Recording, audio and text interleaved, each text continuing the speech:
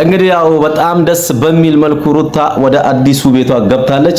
ስለዚህ አዲሱ ቤቷ በመግባቷ ደግሞ በጣም ደስ ብሎኛል። እስኪ ቪዲዮውን ስታይ አንተ ምን ተሰማ? እንግዲህ ያው ሩታ አዲስ ቤቷን በመግባቷ መጀመሪያ ቤት ለምቦሳ ነው ምለው እኔ እንደራሴ በራሴ በጣም በደስታ እኔ ውስጤ በጣም ተሞልቷል። በጣም ነው ደስ ያለኝ።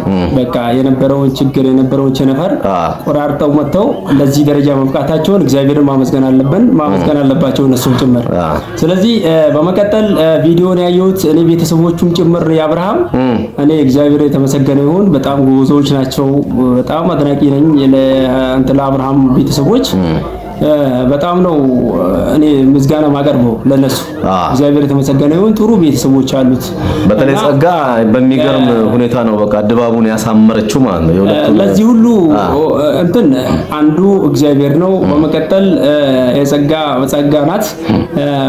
ሌላው የሩታ አክስትና የአብርሃም እና እኔ አሁን በጣም ትልቅ እንትን ነው ያደረጉትና አስተዋጽኦ ያደረጉት ለነሱም ጭምር ምስጋናችንን ያው እናቀርባለን የሚል መልእክት ነው ማስተላለፈው። በጣም ጥሩ። እንግዲህ ያው ይሄን የመሰለ ምርጥ ሰርፕራይዝ የሆነ ወይም ደግሞ አሪፍ መረጃ ወይም ደግሞ በደስታ የመነጨ ወይም በደስታ የታጀበ መረጃ ይዘን መጥተናል። ስለዚህ ለዚህ መረጃ ደግሞ ሰብስክራይብ ማድረግ ግዴታ ያስፈልጋል።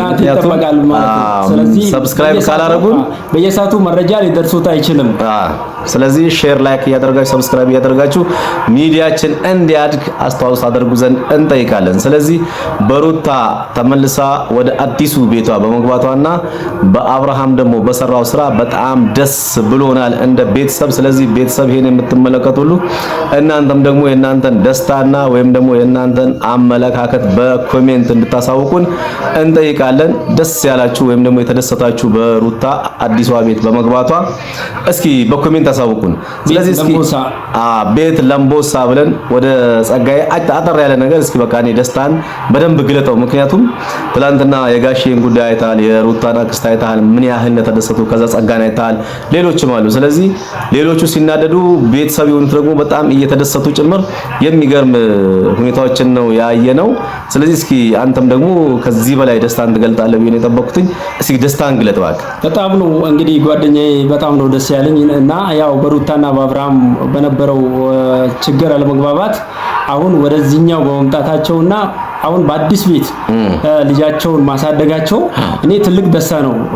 ከዚህ የበለጠ ደስታ ያለ አይመስለኝም። ስለዚህ ሁለቱም እግዚአብሔር እንግዲህ ቀድሶ ባርኮ ልጃቸውንም በዛ ልክ አንከባክበው እንዲያሳድጉ እግዚአብሔር እንግዲህ ፍቃዱ ይሁን። እኔ ውስጤ ላይ ያለው ደስታ አናግሬ ያልጨርሰውምና እንግዲህ እግዚአብሔር ነው የምናመሰግነው። እግዚአብሔርን ማመስገን ያስፈልጋል። ያው ጸጋዬ እንግዲህ ደስታው ጥፍ ድርብ ሆነበት ዛሬ መናገርም ጭምር ነው ያቃተው። ስለዚህ ቤተሰብ እናመሰግናለን። ደስ ብሎናል። ደስ ያላችሁ እንግዲህ ያው ሰብስክራይብ ማድረግን እንዳዘነጉ